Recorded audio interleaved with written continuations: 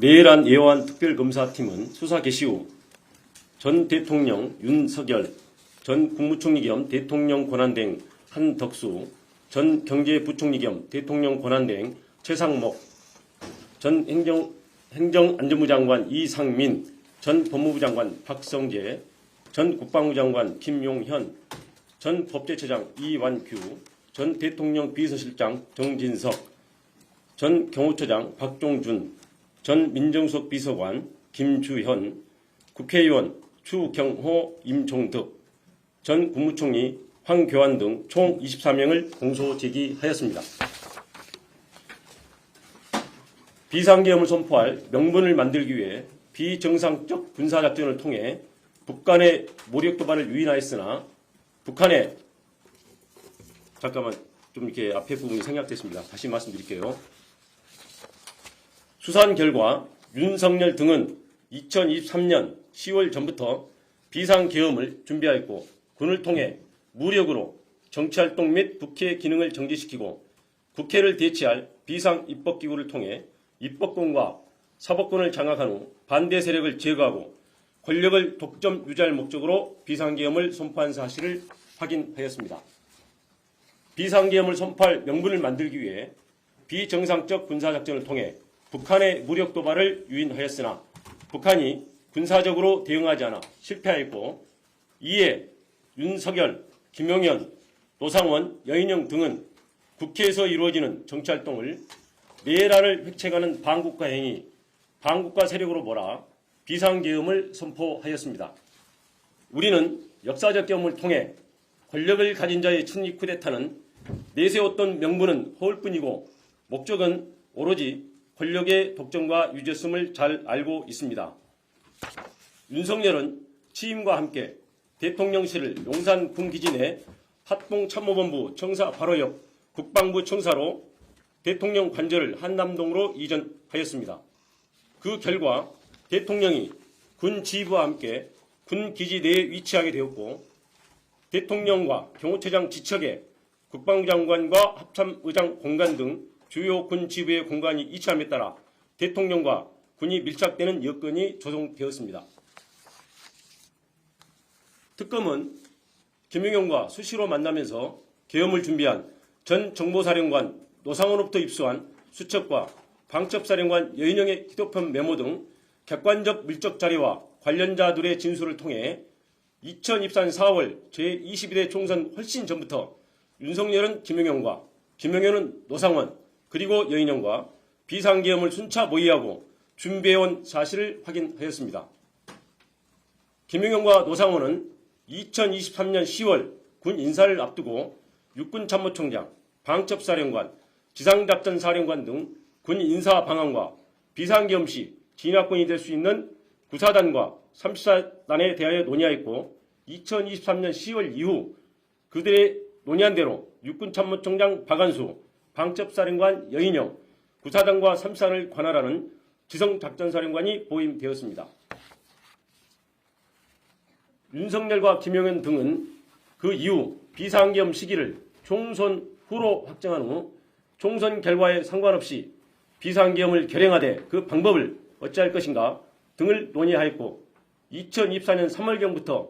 안가와 관저 등에서 만찬 등을 통해 비상계엄에 동원할 방첩사령관 여인영, 수방사령관 이진우, 특전사령관 곽종건 등 군사령관들을 상대로 우호적이지 않게 전개되고 있는 정치 상황을 종북 좌파 등에 의한 국가적 이의 상황으로 인식하도록 유인하면서 군이 나서야 된다는 등 비상계엄 필요성에 대한 인식을 공유시키고 비상계엄에 대한 윤석열의 의지를 규지시켰습니다. 그 과정에서 윤석열과 김용현은 2023년 7월 나토 정상회의 참석을 마치고 들린 화해에서 동행한 강호필 합참차장에게 한동훈은 빨갱이다. 군이 참여를 해야 되는 것 아니냐며 한동훈에 대한 적개심과 비상계엄의 필요성을 말하였고 이에 강호필이 국방장관 신원식 합참의장 김명수에게 윤석열의 발언을 보도하자 신원식은 김용현에게 계엄 반대 사를 강하게 표명하였고 윤석열은 국방장관을 신원식에서 김용현으로 전격 교체하였습니다. 국방장관이 교체되자 야당은 비상계엄 선포를 강하게 제기하였고 대통령실, 김용현, 국무총리 한덕수는 거짓선동, 정치선동, 있어서도 안 되고 있을 수 없다며 비상계엄 가능성을 일축하였습니다.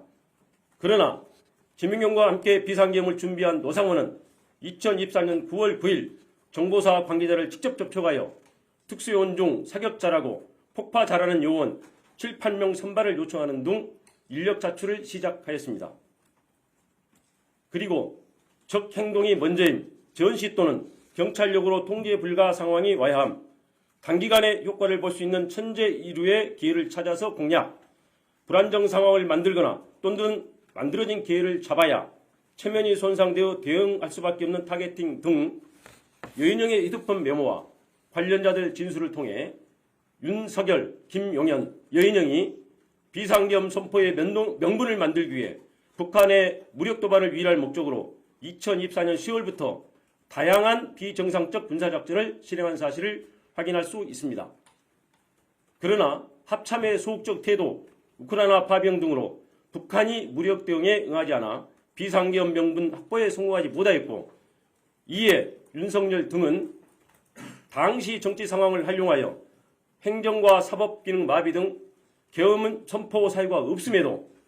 야당의 입법 및 공직자 탄핵과 예산 편성을 행정과 사법 기능을 마비시키는 내란에 해당하는 반국가 행위로 몰아 반국가 세력을 신속히 척결한다는 명분으로 2024년 12월 3일 심야에 비상계엄을 선포한 것입니다. 김용현과 비상계엄을 준비한 노상원의 수첩에 차기 대선에 대비 모든 좌파 세력 붕괴,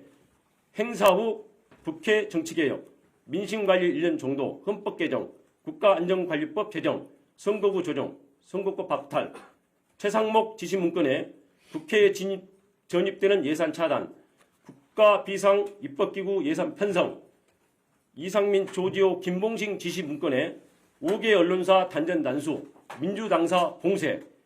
여인영 메모에 정치인 체포 명단, 체포조 운영을 통해서 윤석열 등은 무력으로 정치활동 및 국회의 기능을 정지시키고 국회를 대체할 국가 비상 입법기구를 통해 입법권과 사법권을 장악한 후 반대 세력을 제거하고 권력을 독점 유지할 목적으로 비상계엄을 선포했음을 확인할 수 있습니다.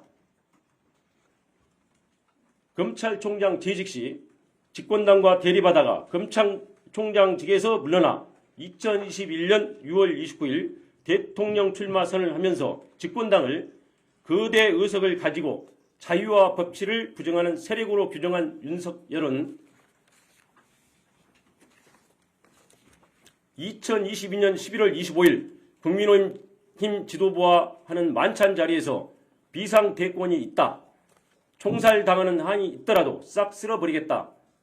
라며 정치적 반대 세력에 대한 적대감을 드러낸 사실이 있고, 2024년 7월 강호필 합참차장에게 자신이 법무부 장관으로 임명하였던 국민의힘 당대표 한동훈을 빨갱이다 라고 말하고, 2024년 10월 1일 군사령관들과의 만찬 자리에서는 한동훈을 잡아오라, 총으로 쏴 죽이겠다 라고 말하였으며 마음에 들지 않는 법관을 체포하려 하였습니다.